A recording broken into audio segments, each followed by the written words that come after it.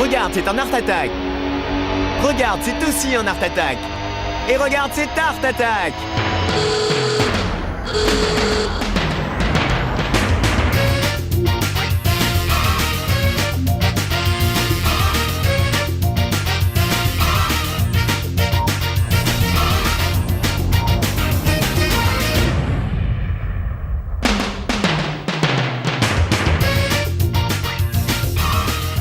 Allez, c'est le retour d'Art Attack, l'émission qui déchaîne ton imagination. Allez, aujourd'hui, voici une formule magique pour réaliser des dessins vraiment féeriques avec un bâton de craie. Mais d'abord, prends un stylo argenté et commence par dessiner une fée toute simple sur du papier foncé, bleu ou noir de préférence. Alors, si tu sais pas bien dessiner une fée, c'est pas grave. Tu peux en copier une dans un livre, il n'y a aucun souci. Et si t'as pas de stylo argenté, c'est pas grave non plus. Tu peux très bien utiliser un crayon blanc, ça marchera exactement de la même manière.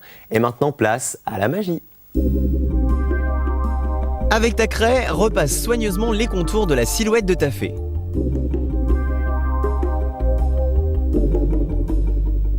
Essaie de bien respecter les contours et de ne pas trop déraper sur l'intérieur du dessin.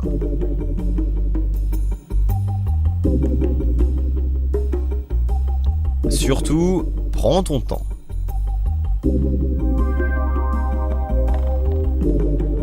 Suis bien les lignes et fais attention de ne pas faire de bavure avec ta craie. Bon, je suis d'accord, pour l'instant, ça ressemble pas vraiment à de la poussière de fée, mais regarde bien ce qui va se passer. Une fois ta fée entièrement soulignée de craie, le moment est venu de transformer la craie en poussière de fée. Pour ça, tu vas l'estomper un petit peu avec ton doigt. Et par la magie d'Art Attack, ta fée se met à scintiller. Pour finir, enrichis ton dessin de quelques détails comme un mouvement de baguette magique ou même une traînée féerique.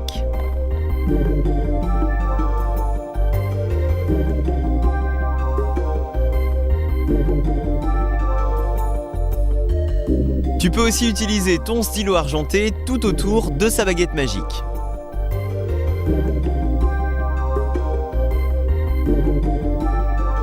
Et autour du bas de sa robe, tu vas obtenir de la poussière de fée.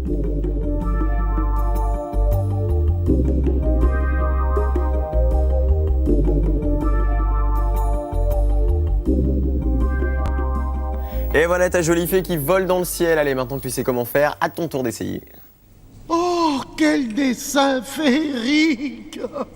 Coucou, c'est moi, la statue. J'adore les fées.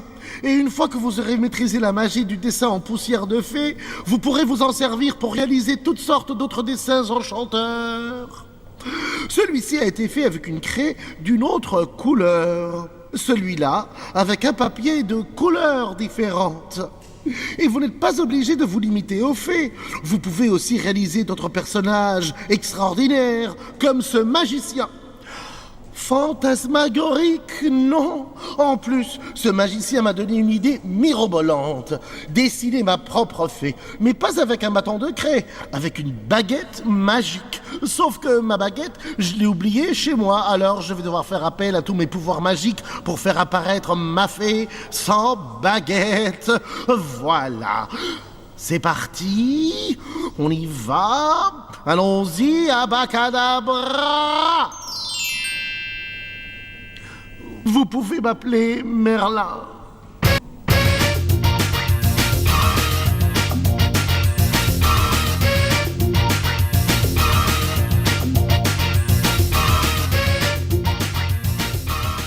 Allez, maintenant voici un truc très simple pour dessiner les chevaux. Je vais te montrer les différentes étapes qui te permettront d'y arriver à coup sûr. Alors prends un crayon et c'est parti. Commence par dessiner deux cercles. Celui de devant devra être légèrement plus grand que le second. Et garde un espace entre les deux. Dessine ensuite les deux pattes de devant, les deux pattes de derrière légèrement orientées vers l'arrière, deux petits cercles pour les genoux, les articulations de la patte et de la cheville, une ligne pour le cou, 2 cercles pour la tête, l'un plus grand que l'autre. Et voilà, ton ébauche est terminée. Allez, maintenant, sers-toi de ton ébauche pour dessiner les formes de ton cheval. Dessine 2 lignes courbes entre les 2 cercles. Précise un peu les pattes et dessine-les l'une derrière l'autre. Ensuite, fais pareil pour le cou.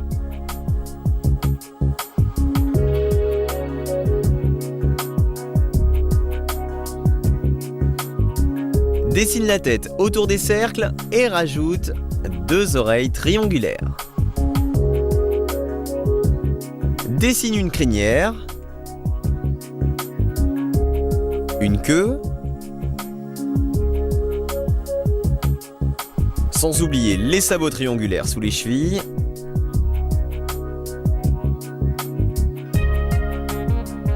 un naseau,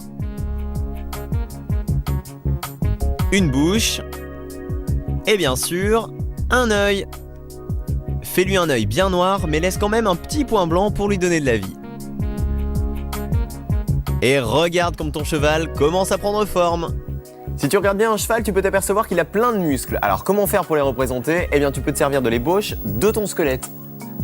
En assombrissant un peu les parties inférieures de tes cercles, tu obtiendras cette impression de rondeur et de muscles.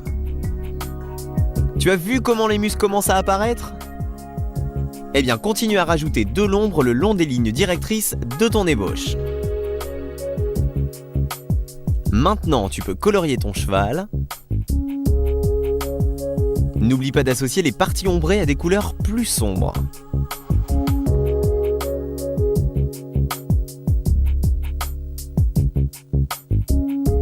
Prends du noir et colorie la queue, la crinière et les sabots. Et voilà, un cheval parfait à partir d'une simple ébauche. T'as vu, c'est un jeu d'enfant. Oh, génial! Qui aurait pu imaginer que dessiner un cheval soit si facile? Il faut juste se rappeler de quelques règles d'or, très simples à suivre. Dessiner 2 cercles, celui de devant un peu plus grand que l'autre. Puis, les 2 pattes de devant. Les 2 pattes de derrière. Des petits cercles pour les genoux. Une ligne, après, pour le cou. 2 cercles pour la tête, l'un légèrement plus grand que l'autre. Et votre ébauche est terminée. Maintenant, il n'y a plus qu'à vous laisser guider par ces formes pour dessiner votre cheval. Voilà. Évidemment, moi, si je devais dessiner un cheval, j'irais dans une écurie avec mon carnet à dessin et je passerais l'après-midi à dessiner Tornado, mon cheval à moi. Comment ça? Vous ne croyez pas que j'ai un cheval à moi? Ah, Tornado, à table!